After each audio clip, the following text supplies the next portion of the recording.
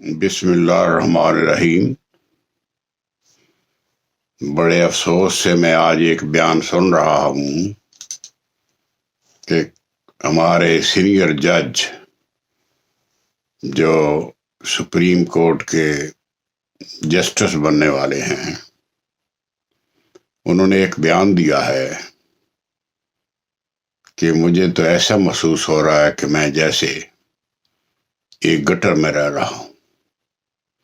انا للہ و انا الیہ راجعون۔ ایک جج کی بات کو جٹلایا نہیں جا سکتا۔ ایک جج عرصہ 40 سال عدل گستری کی نوکری کرتا ہے اور دنیا کے حالات پڑھتا ہے، ملک کے حالات پڑھتا ہے اور بڑے بڑے وہ فیصلے کرتا ہے۔ اللہ اور رسول کے احکام کے مد نظر اس کی جسٹیفیکیشن جو ہے وہ اہم ہوتی ہے۔ تو مجھے بڑا افسوس ہوا ہے کہ آج ہمارا ایک جج جو کہہ رہا ہے کہ ملک نہیں ہے، یہ پاکستان نہیں ہے، یہ گٹر ہے، اس کے بیان سے ہمارے جو اکابرین اور علماء سو ہیں ملک پاکستان کے، اور جو قیام پاکستان کے وقت تھے، انہوں نے بھی اس پاکستان کی نفی کی تھی۔ مثلا مولانا مظہر علی اظہر جو احرار کے لیڈر تھے، انہوں نے کہا تھا کہ ہے کافرہ کے واسطے اسلام کو چھوڑا، ہے یہ قائد اعظم کہ یہ کافر اعظم۔ عطا اللہ شاہ بخاری جس کو امیر شریعت کہتے ہیں، لوگ اب بھی بڑا اسے مانتے ہیں، وہ اسے پاکستان کو نہ پاکستان اور پاکستان کہتا تھا۔ اور کبھی تو جب لوگوں نے پوچھا کہ پاکستان بن گیا، آپ تو پاکستان کے مخالف تھے، آپ شاہ جی پاکستان میں کیوں آئے ہیں؟ تو انہوں نے کہا کہ میں نے پاکستان کو ایک بیسوا عورت کی طرح تسلیم کر لیا ہے، یعنی میں نے ایک کنجری سے نکاح کر لیا ہے۔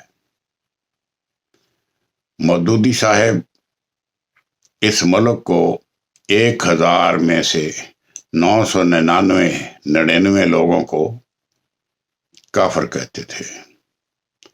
حسین احمد مدنی، مفتی کفایت اللہ، ابوالکلام آزاد، باچا خان، عنایت اللہ مشرقی، بڑے بڑے اور بھی جبہ پوش علماء دیوبند، علماء بریلی، علماء اہل و سنت اس ملک کے مخالف رہے ہیں۔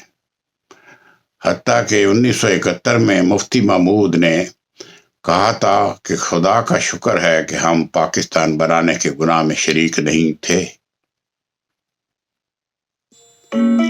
اور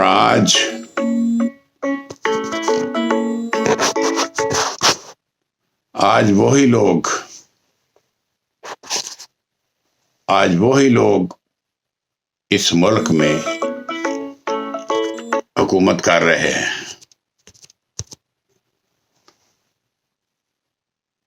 اور یہی لوگ اس ملک کی قسمت کے مالک بنے ہیں۔ ناہنجار لوگ، بے ایمان لوگ، راشی لوگ، زانی لوگ، لوتی لوگ، بلکہ میں تو کہوں گا کہ کنجر لوگ اس ملک کے وارث بنے ہوئے ہیں، جنہوں نے 70 سال سے اس ملک کو پنپنے نہیں دیا اور اپنی جولیوں کو بھرا اور بے غیرتی اور بے شرمی سے اس ملک کو لوٹا ہے۔ اور آپ ججوں میں سے بھی آپ کو